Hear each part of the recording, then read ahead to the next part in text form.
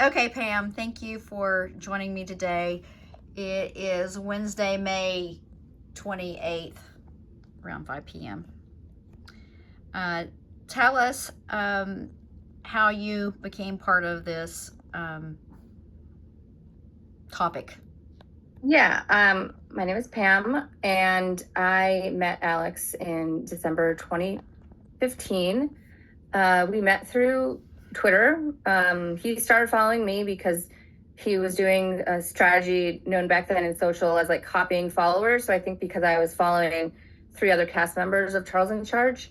Um, and I was working in and still do work in social media. So we connected about that, and he knew that I was a big fan of the show, another point of connection. And pretty soon we started working together. Never as we weren't formal business partners. We were planning to do that in 2018, and then everything happened, so that was never formalized. But I would I'm really good at social media, and Alex is really good at selling. So it was like seemed like a good combination at the time. And this was also a few months before the first Hollywood show reunion of some of the Charles in Charge cast members.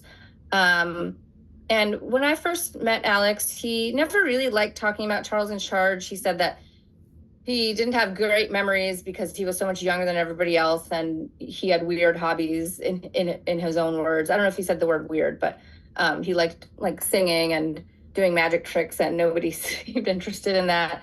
Um, but he was very positive about everybody on the show, and so when the reunion came around and we all learned that Scott Baio was not going to be part of the reunion, Alex seemed very upset, and I too, as a fan of the show, was like, oh, that like sucks. How can you have a Charles in Charge reunion without Charles? And so it kind of became like a game, like Alex and I both working in social media, like I think Alex suggested, hey, like we should create fun memes, and maybe if we tweet and tag Scott enough, he'll get annoyed enough that he'll come to the event. So he definitely wanted Scott there. He even tweeted things to the effect of, I don't know, maybe you should cut that out. So that he definitely wanted Scott involved. And so I had no idea until around I remember it was like June of that year. I remember that because it was the week of my birthday and I had family visiting, so I wasn't talking to Alex a lot. And then he texted me saying I need you to call me. And he was crying on the phone because he had tweeted another meme towards Scott, and Scott wasn't like telling him he loved him or whatever. He was like, Pam, all I ever wanted was for Scott to like me. And I never wanted to tell you this because you like the show so much, but he was so mean to me, blah, blah, blah. And I should also note that by this time, Scott had announced his public support of Trump. And I remember Alex and I talked about that for sure, because it was 2016, like it was not as usual or typical for celebrities to vocally support politicians. So it was interesting, and we talked about it, and Alex was annoyed about it. And then, so that was the first time after the whole tweet incident that Alex indicated that he didn't have positive memories of Scott. And then July, it was the very night, I remember, I think it was July 18th, that Scott spoke at the RNC, and I guess he was being hammered on Twitter for doing so. And a few people tweeted at Alex, like, you should show support for your co-star, even if you don't support his political beliefs. And Alex texted me that night saying, to the effect of, and I have the tweets, now would be the perfect time for payback. He's already getting slaughtered in the media. And I remember responding, because I still have the text, because Alex had this idea that Scott was going to run for office, and that was something Alex didn't want. And I said something to the effect of, if you're going to publicly come out with, whatever you feel like happened, why don't you wait till he runs for office? And Alex was like, you're right. This isn't the right. I mean, that was like the consensus. I don't have tweets or messages of him saying that, but he kind of like put it on hold. And then, so this is 2016. Yeah, so all of 2016 passed by. I think in early 2017, I moved to LA from New York, and we started working together even more. There was one more Hollywood show where Willie was there for that one. Was that The Chillers? No, it was a different one in January of 2017. Oh. I can when we get this recording, I can chop it up because I know I'm like, this is not one continual. Okay. So yeah. It's such a complicated story. Right. Let's see, I'm trying to think. That was 2016. I'm trying to think what happened in, okay, so 2017.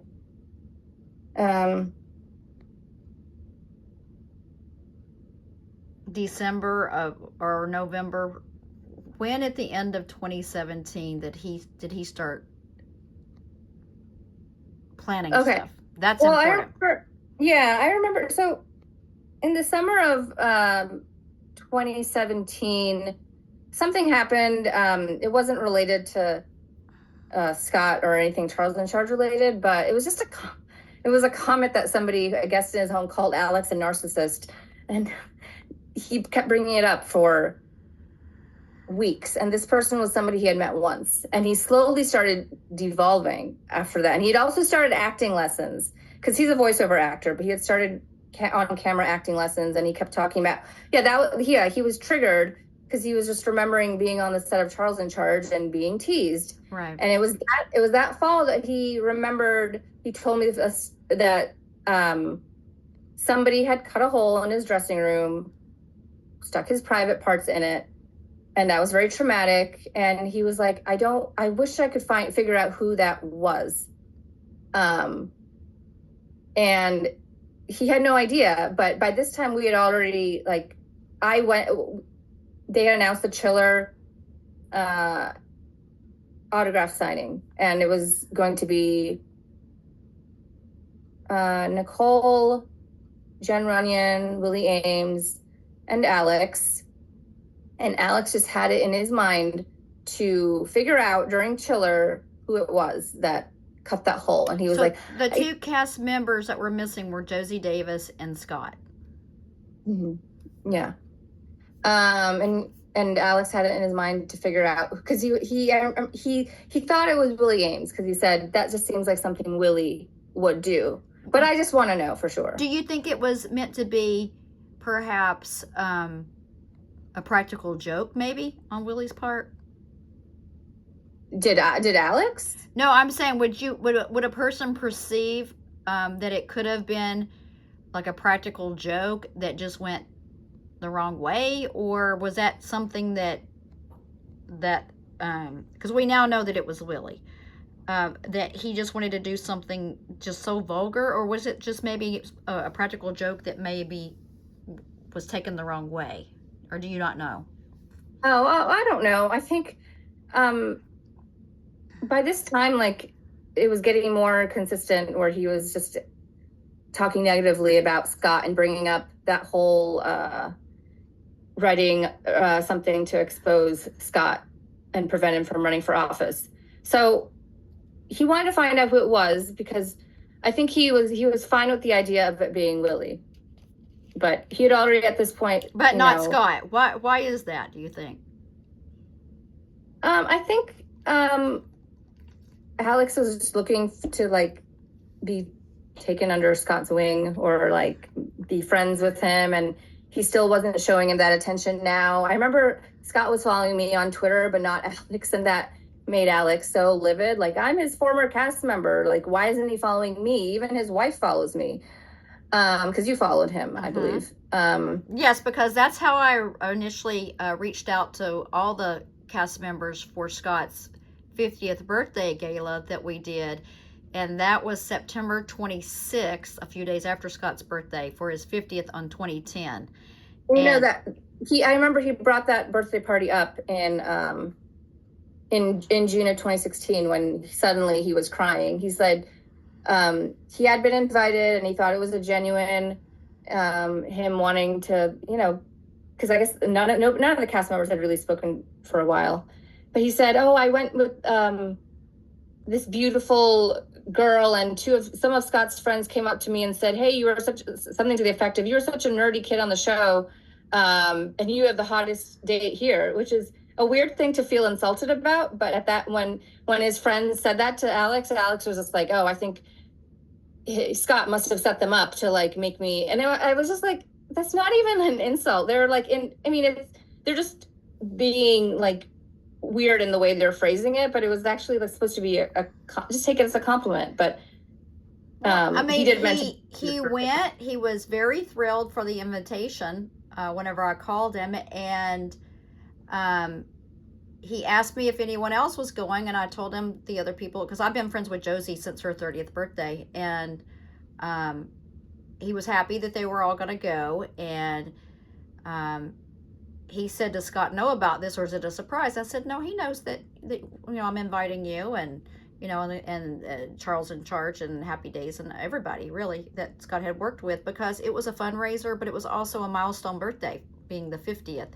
I mean, Gary Marshall was there. I mean, everybody was there, and it was an event with a fashion show and music and that kind of stuff. So it wasn't like you're just sitting around a table breaking bread and just small talk. It was a programmed gala, with the end result of raising money for our nonprofit. And Scott did make it a point to go to each and every table and talk to everyone and take pictures, and that's where the picture comes in with Alex and Scott, and also a very candid picture that he was very happy and willing to pose for. And we sent him, that was a photographer that we paid to have professional pictures, and whenever I sent them to him, he was very happy to have those photos. Yeah. Like I said, I feel like something about maybe him not being at the reunion show, and then that when he wasn't like following him on Twitter, all these little things. And then fall of 2017, he was trying to get to the bottom of who was it that like, because if it was Scott, then that's just another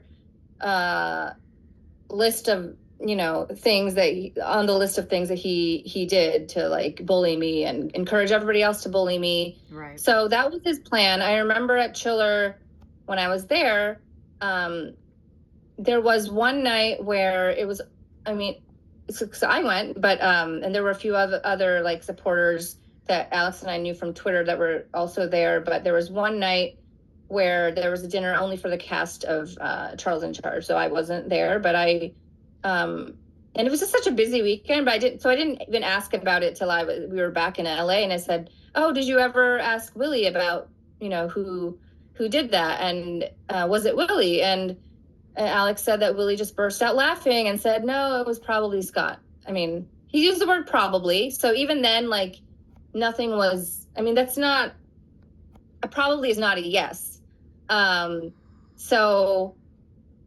Just around this time, and of course, going back to Chiller, the final night of dinner,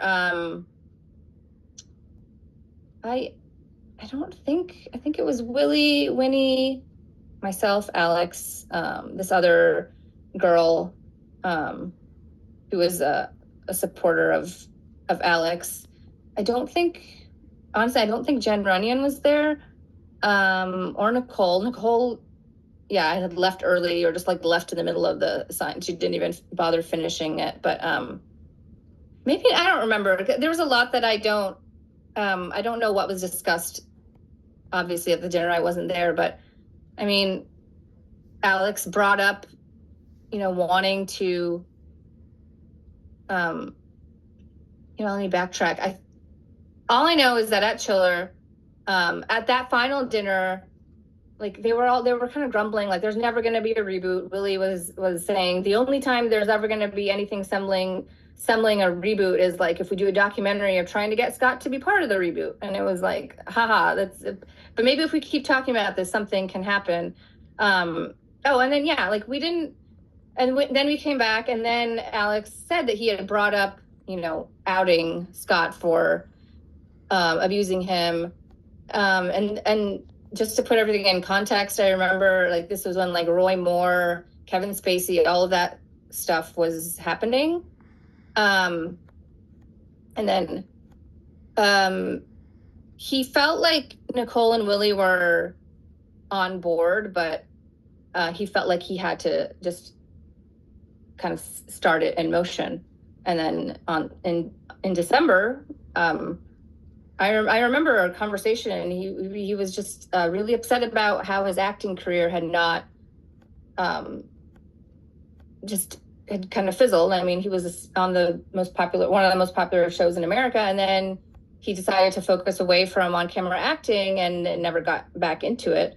And he blamed Scott for that, for feeling so traumatized from being on set and all these things that would later come up in the presser. But he was like, I'm gonna DM Scott and ask him and get it in writing. I want a real apology. And then maybe I can write a letter and have that be part of it. But then he found out that Scott was not following him on Twitter, and that just like was just kind of like the final straw.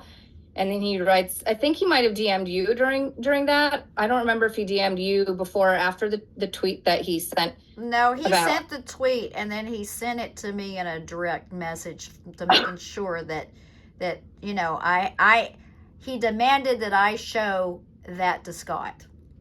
And I said, we're in church right now. It was a Sunday. I said, we're in church right now. And he goes, well, he needs to call me. And I said, well, we're in church. I will let him know.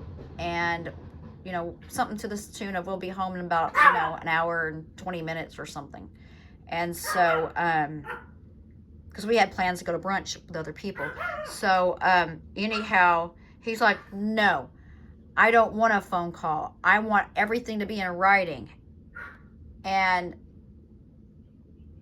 I said, Scott said, either you take a phone call like two grown adults or buzz off.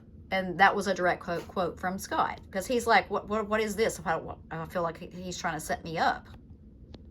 What's happening? Because he had already came out, with his allegation. Oh yeah, that he witnessed. Yes. Sexual abuse. Yes. And so he had already came out. So he's like, no, I'm not gonna. He knew it was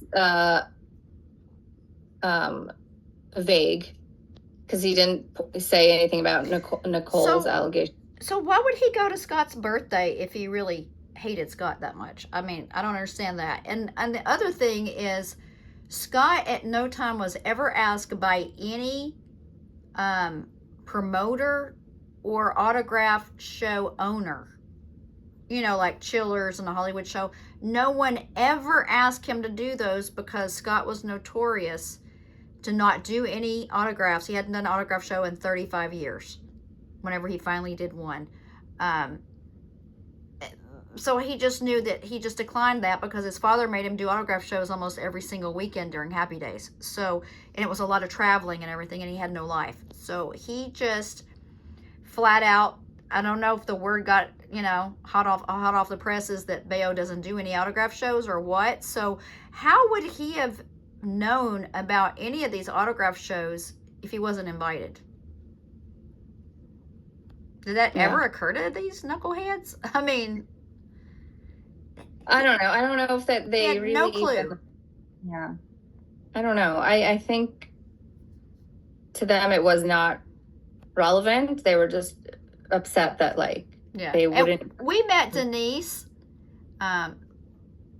She's passed on now, but we met her at a gifting event, and she's the one that started talking about it for years. And Scott kept saying no, no, no. And then after all the allegations came out, and Scott's like, it's been 35 years since I've done one, and I'm putting together this one-man show, so maybe I will go and just see if there's an audience anymore. And he did a test run on that, and it was very successful. So that's how that all came about.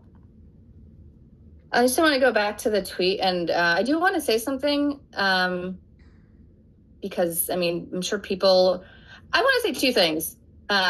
First of all, I'll be honest, I don't like that I'm having to come on social media and do this podcast, but like the media is not doing its job.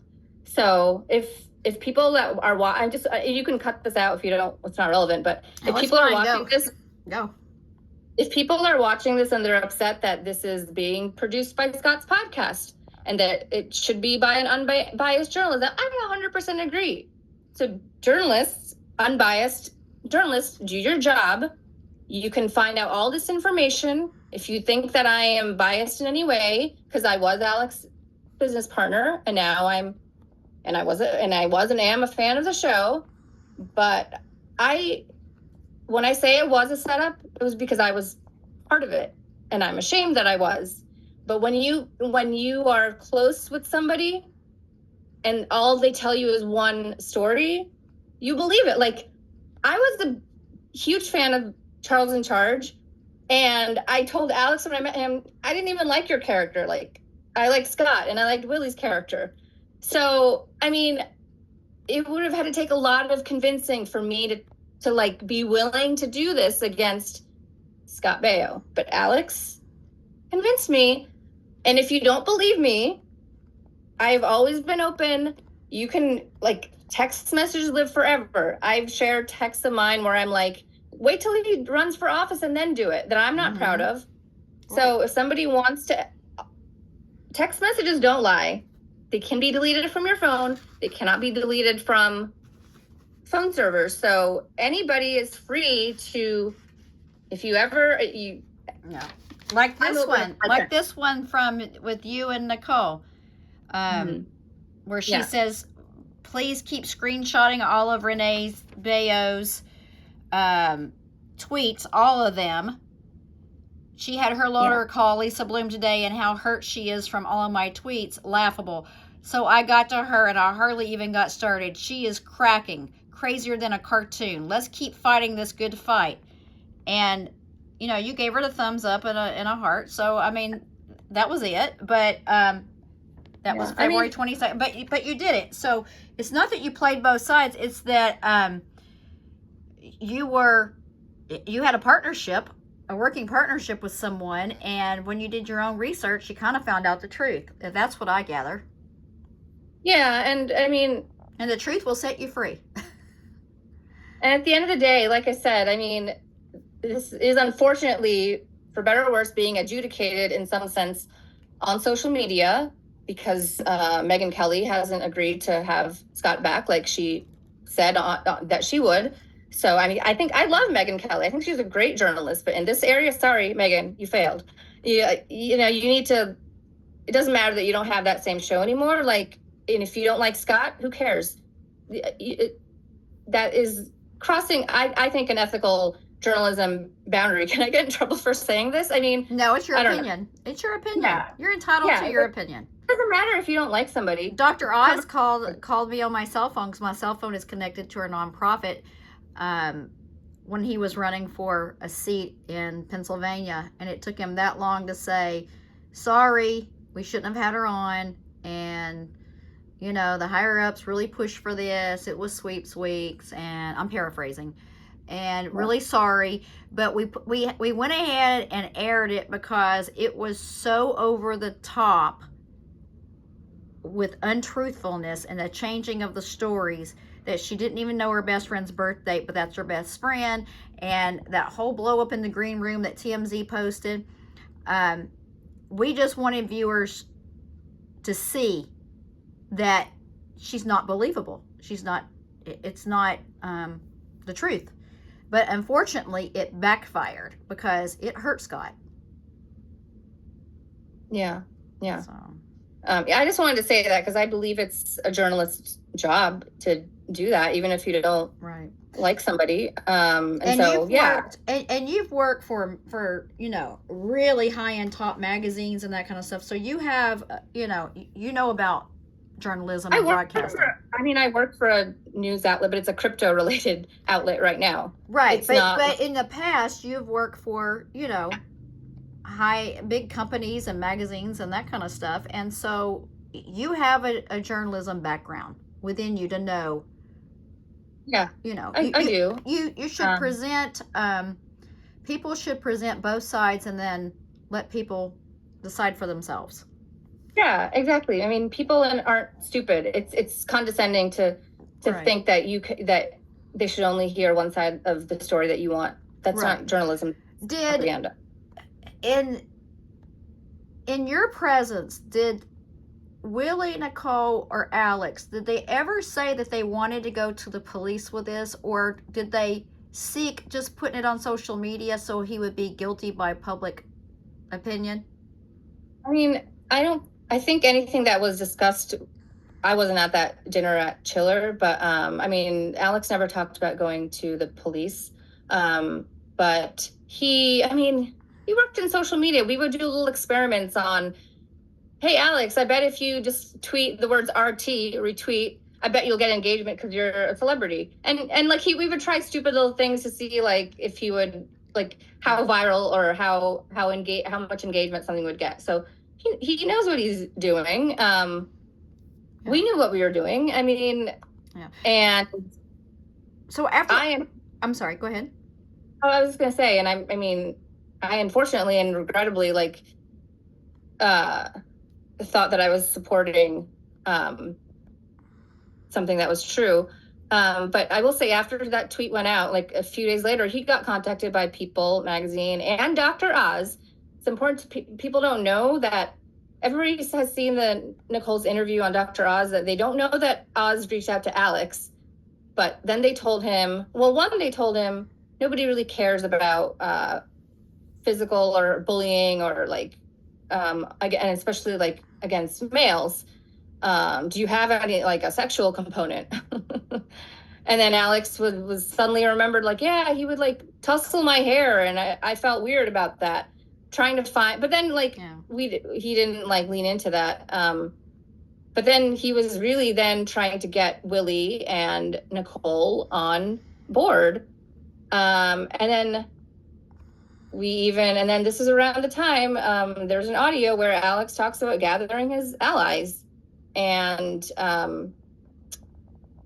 he was calling people. I had become friends with one of the writers on the show, Mitzi McCall, and he wanted her statement. I think Mitzi had expressed that she was upset because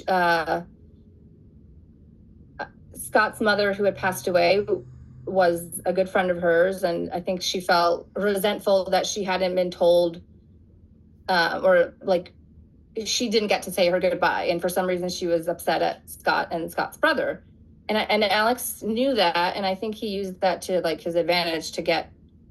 I think there's an audio where we are writing. Mitzi was a writer for Charles in Charge for a long time, I think, and she was not a young woman.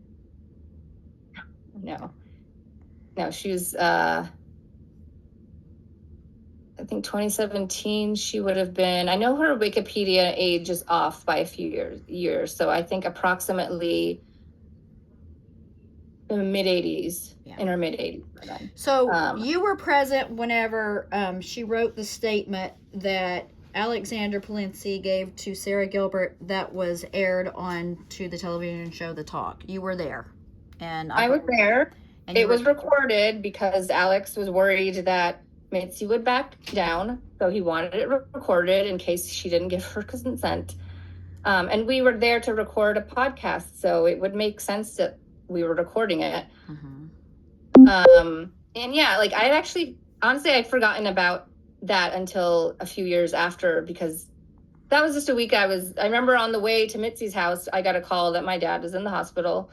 So I remember recording it, but I didn't remember to the extent to which I was basically writing the statement, for her. I mean, and there are parts that if you listen, she thinks Charles in Charge was taped in the 90s when it was the 80s. Yeah, I mean, there's the part where somebody says, like, just let Pam write it. Her words are fantastic. And I mean, yeah, at the time, yes, I was flattered, and I was part of Alex's cause. But I mean, shouldn't have been writing it. And I don't remember if it was a few days after, but she called me and said, "Hey, I changed my mind. I don't want to be, I don't want to get involved. My memory is not very clear." And I said, "Okay, I'll let Alex know." And Alex was livid, and he still had a printed out copy of the statement. And then, from what I heard, he gave it to Sarah Gilbert. And then I think Mitzi heard it, and she was like, "Oh, they read my statement. That was great." And I was like, "But I thought you didn't want your statement." She was like, "Oh yeah, you're right, I didn't." And it's like, So she wasn't. So she wasn't all there, like cognitively alert.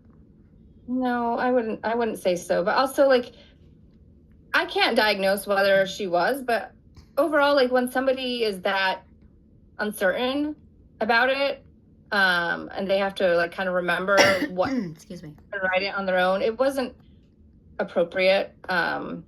And I spoke with Mitzi, has, like, sadly, passed away last year, but not the last time, but one of the last times I spoke to her, maybe like 2022, I asked her, like, "Mitzi, do you ever," like, she would always bring it up. She would always bring up, "How's Alex?" I'm like, I'm not connected to Alex anymore. Like, do we really need to talk about this? But she would always ask me every time. And finally I was just like, "Mitzi, like, did you ever witness anything, or was it all hearsay?" Like, she was like, "Oh, I mean, I didn't really witness anything." And I was like, "Okay." And that was all. I didn't say anything to her else about it, because again, she was almost 90 at that point. But when I listened to that recording 2 years after, that was when the infamous words, like, "Nicole is lying about everything," and she was impacting his plans to go on this show. And I think around this time was when Willie was getting cold feet, because I think, Nicole wanting money, obviously it's not not great. But I also remember around this time, Willie was very, very supportive. I would say the best way to phrase it is, like, egging them on. But I remember explicitly the reason that he changed his mind, and it was because he and his wife had a biopic coming out on Hallmark about their love story, and they were being threatened that it wouldn't happen if he got involved. And so that was the reason he dropped out. And then, so right around this time, my dad is in the hospital. I have to fly home because he's in the ICU. And when I come back, Alex has said essentially I chose my dad over him, and he was furious. And that was, like, one of the first times I saw, like, how easy it is to, like, become public enemy number one to him. I didn't, cut off ties, because we still had, like, 4 clients attached, and he might have had his voiceover income, but that was my livelihood. So I was like, I need to slowly, like, get out of this business partnership. And I did. And, like, it wasn't that, like, I was doing most of the work anyway. So I think we continued to share one client, and then we decided that you'll keep this one, I'll keep this one. They're the same amount of money anyway. So, and that was it. And then I moved back to Virginia in spring of 2018. Not before attempting to help Nicole Eggert with her nonprofit that never got off the ground. So that was that. So some of the people that were coming out vicious, nasty tweets and comments targeting Scott, myself, our daughter, or nonprofit, or any other person that either supported Scott and didn't believe her.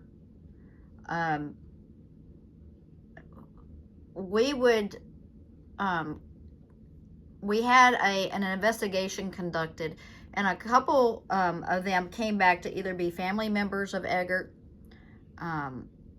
or they had association with Alex to the point where I don't know if he was doing some type of lessons or classes or not, but these women were paying him money. Do you know anything about that?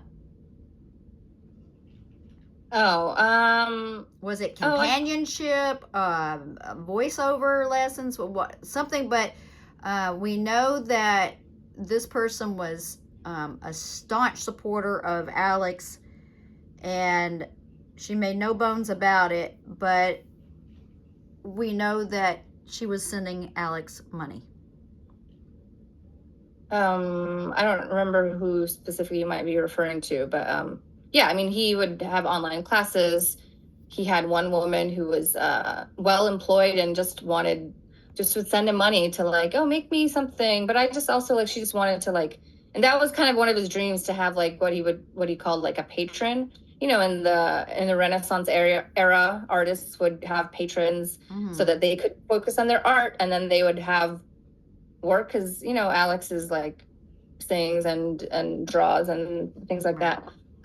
So he does do that. He did do that, as far as I know. Like, I don't know about now, but yeah, he did. And yeah, I think a few of those people were at Chiller. But yeah, I mean, the people, I don't know. I can't really speak to, I was never really, I mean, I remember during COVID, I sent out a tweet about, in retrospect, I kind of wish there's no need for me to like just tweet this, but I said, hey, Nicole Eggert, if you have your witness list, can you please like release those names? And the reason I said that was because I just remember from Alex's standpoint, he would write down names of people he thought might know something. That doesn't make them a witness. That doesn't mean that they've given statements, but that was how he framed it. So I was like, I wonder what her names are, because he would, you know, there was another frequent guest star of the show who was an Olympic gymnast, and I was connected to her because I'm involved in gymnastics, and I think Willie introduced me to her, and we chat every now and then on social media. And he was like, Pam, can you reach out to her? Or maybe she knows something. And I said, no. And that was kind of the beginning of when because he just wanted me to always like find like dirt or something. And I just, that wasn't what I wanted to do. It seemed like, you know, something, you know, when you're supporting somebody that you think is telling the truth, yeah, you're willing to do that. But eventually, like, you start to wonder, like, what is the real reason for doing this? Because I was surprised as anybody when I think we were actually speaking at the time when Alex did the presser with Nicole. That was Valentine's Day of 2018. Valentine's Day. Yeah. Yeah, I think I was like, okay, I'm glad you're doing it, because if you are going to do something, finish it so that you don't have to try this again in 10 years or whatever. And if this is integral to your healing. And I remember just being, I mean, at this point, Alex wasn't sharing any details of what he was doing. I mean, I was already like. Did he tell you that we sent him a cease and desist? Cease and desist? Oh, yes. That was one of the last days I was there in LA around that winter, of the family illness. Cease and desist that was sent to his father's house, because I think you guys didn't have his address. And Alex was livid. Especially because sorry, I shouldn't laugh, but he called his dad on the phone, or his dad called him to let him know about this. Sorry. But his dad said, oh, I always liked Scott. And Alex was not happy about that, and like basically said, I'm not going to talk to you about this going forward. So yeah, and I think that scared him too, because and then he was kind of hedging, like, I don't want my name associated. I don't think Scott's, like, if you search, and I'm like, well, you kind of initiated this. But that was kind of when he started turning. And then, and then eventually, like, I know that during that winter, he and Nicole texted back and forth about this. If I'm wrong, I mean, I believe so, but I mean, check the text messages. Not that we can, but. So you gave us a recording that we submitted to LAPD and LA District Attorney, and it's of Alex talking to the writer Mitzi, saying that I'm paraphrasing, he and Willie, and Scott will have this on his show tonight, he and Willie thought that Nicole was being a liability and not truthful, and that she was demanding all kinds of money from Oz.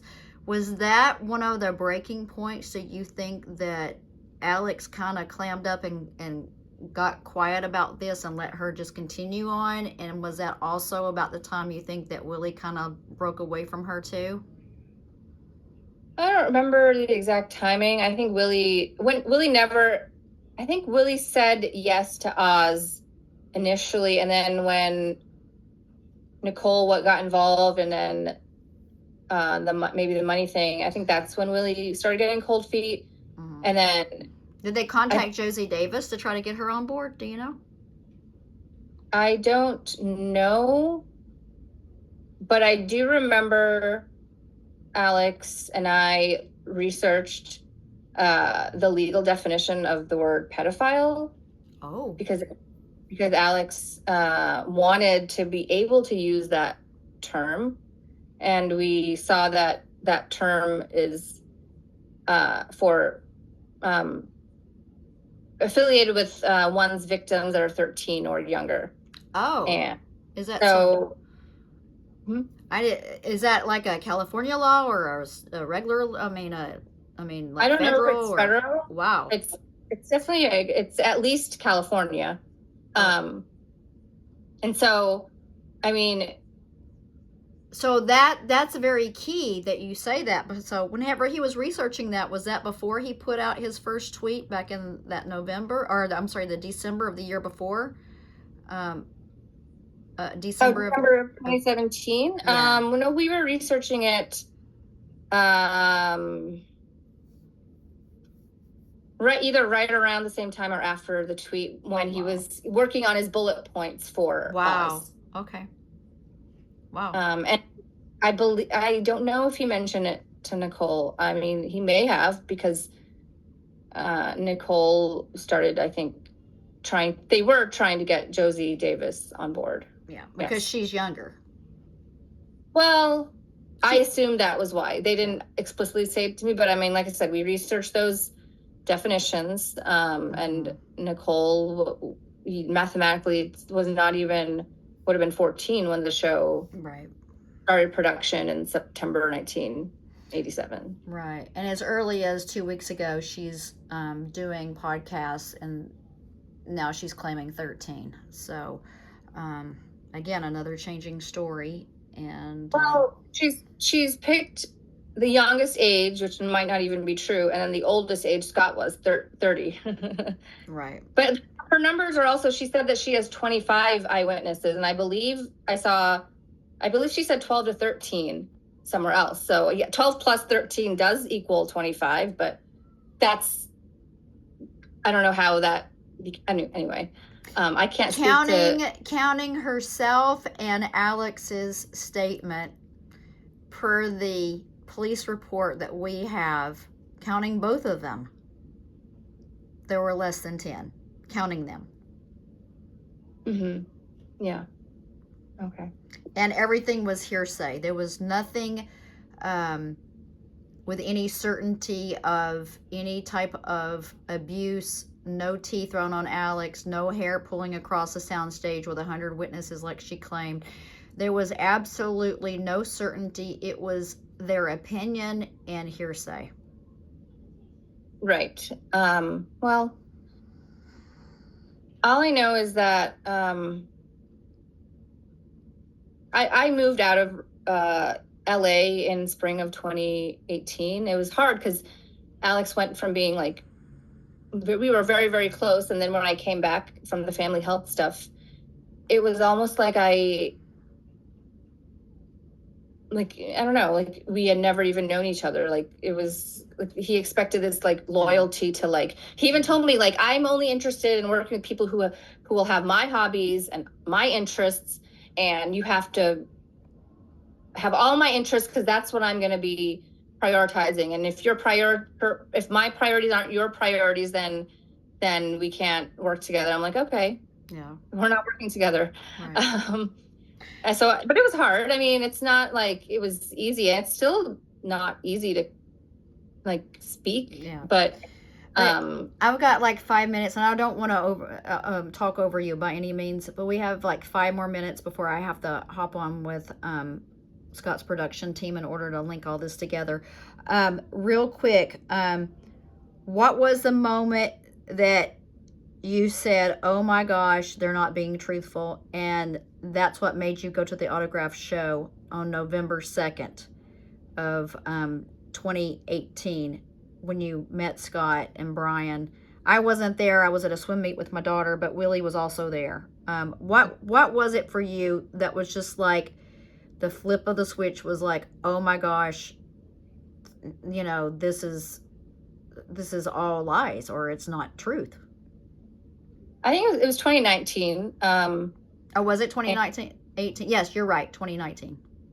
I wouldn't say it was like a flick of a switch. It was more like curiosity. Like, okay, so I'm away and I moved back to LA, and then I saw something on social media like Willie Ames is doing a show. Even after he swore to Alex on the phone he would never work with Scott again. And this is Josie texting me right this second.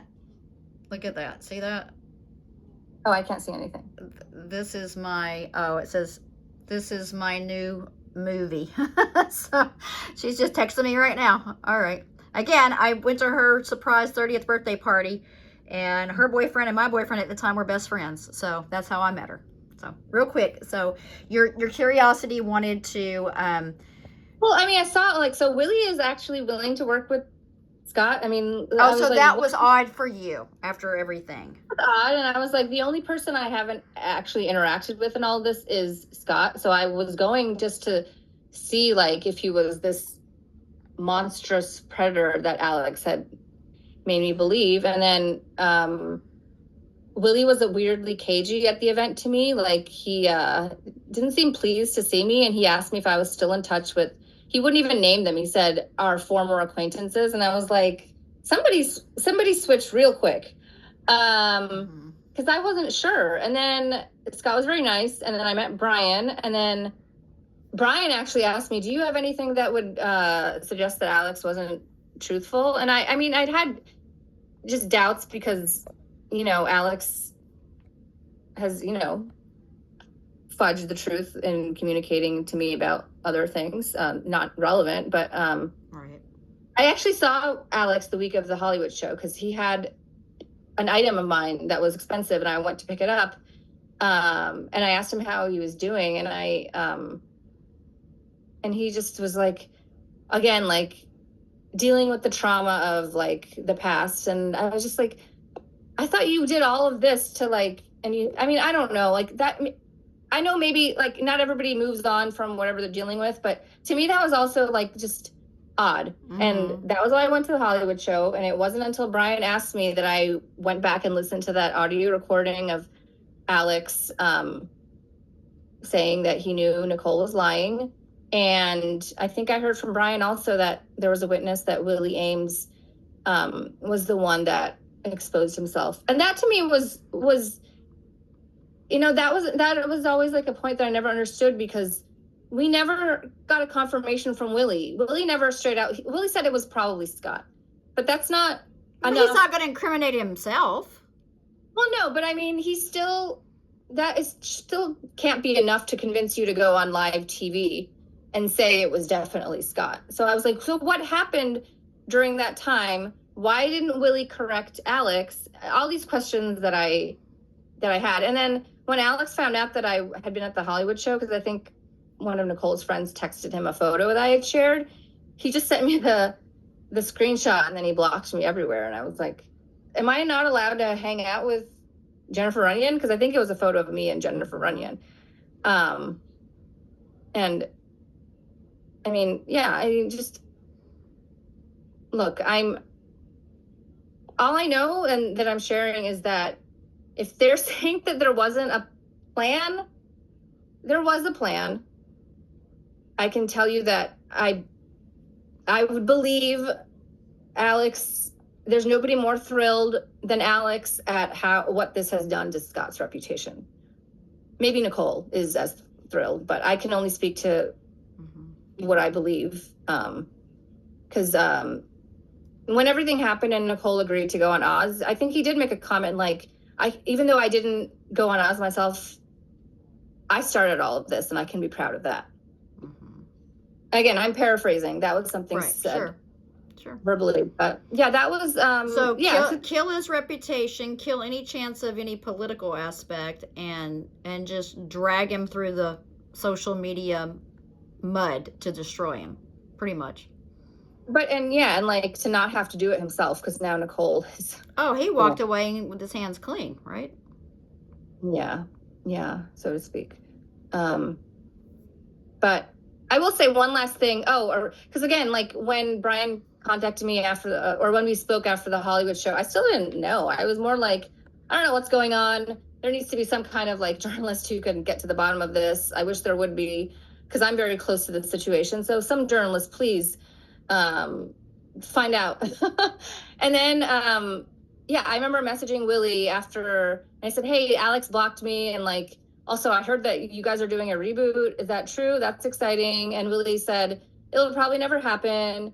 As far as Alex, like, I don't like dealing with people I don't like communicating with people who get involved with drama, and neither should you. Let it go. And then the next thing I knew, when I tried to look at Willie's Facebook, I had been blocked by him and Winnie for no reason. So honestly, I think knowing everything that I've heard now, I think I spooked Willie when I showed up at the Hollywood show, because if I hadn't maybe communicated with you guys, you may not have known that Willie was playing both sides. I believe that. And so, and I was never planning to bring it up, but then when he blocked me, I was like, I was hoping Willie was going to eventually say, like I did, like, hey, I was involved and I shouldn't have been, and I regret it. But instead he blocked me. And then, all these comments about that he does every now and then about how he's so above drama. And I'm like, that is not the Willie Ames that I met. Right. Well, you want to think the best of people, especially if you have a business relationship with them, or even just, a cordial friendship. And it's unfortunate when it's, you find out the opposite. So it took a lot of courage on your part to step up.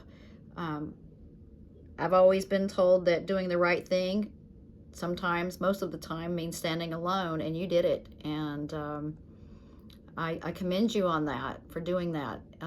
You were in a city with no friends, not a lot of friends, because you just moved back, no family, no roommate situation. So you were alone, and I think that it's remarkable, what you did. Your parents should be very proud of you. And you did do the right thing when your father was ill and you needed to be with him. So you're a good human being, and you did the right thing. And you're also right about what you said about, journalism being not so biased, because my husband never got due process, and he had the burden of proof to prove it himself innocent. And you can't just walk into a building and pull the fire bell and just scream fire in a crowded room and get away with it. I mean, people get hurt. And there's a reason why due process exists, because how can you possibly prove you didn't do something? It's on the other side to prove it. Right. And you can't hide. We never even knew Megyn Kelly during her broadcast with having Eggert on there. We never knew it until just recently to see the ending where she said we reached out to Scott Baio and his people. We never were, unless she reached out to Harry Gold, Scott's agent, we never had any recollection of that, no notice of it. And quite frankly, Scott and Brian flew to New York to do Good Morning America. They wanted to do one show that was news related and not tabloid related, like a Dr. Phil or a Dr. Oz or that type of show. And it was so early. We were blindsided by both of their allegations against my husband, that we were scrambling to prove every lie, every claim to be, we wanted to debunk every claim. And we're in the middle of doing that and flying cross country, and we have life. We were, my kids in school, and I'm running a nonprofit, and we're just living our everyday life. And then you get smacked with this, and the fact that it just was like wildfire on social media instead of going to the police. We had trackers on our automobiles from, TMZ and those type of places, tracking our every move, watching us take our daughter to urgent care and getting pictures of that. And even during COVID, that kind of stuff. So we were blindsided, and Scott definitely did not get the due process that he deserved. And why go on someone's show, even if you have someone asking you to go on, when, like Dr. Oz, she had already flown out there twice to film. So they never even told us about the first time they were filming. We just got the questions on the second time that she was going to go back to film. So why do that? Why set yourself up? So just go to Good Morning America, tell us what all we that we know right now with great certainty, and that we can prove with evidence. And then let's let them go to the police, file a report, and then let's get busy letting investigations happen, and for the law to be the authority and not someone on Twitter.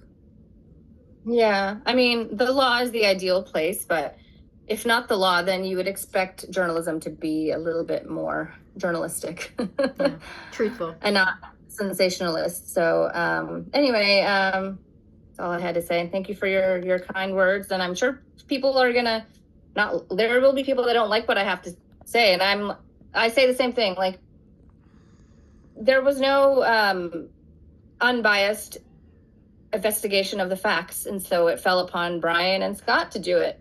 I don't think they wanted to have to do it either. I know, like, during COVID, right, they were saying nobody cares anymore. Right. Well, and during and just she's done two interviews in the last month. One, she said she got along great with Scott, and he had a fast pace moving whenever he directed Charles in Charge, and everything was great.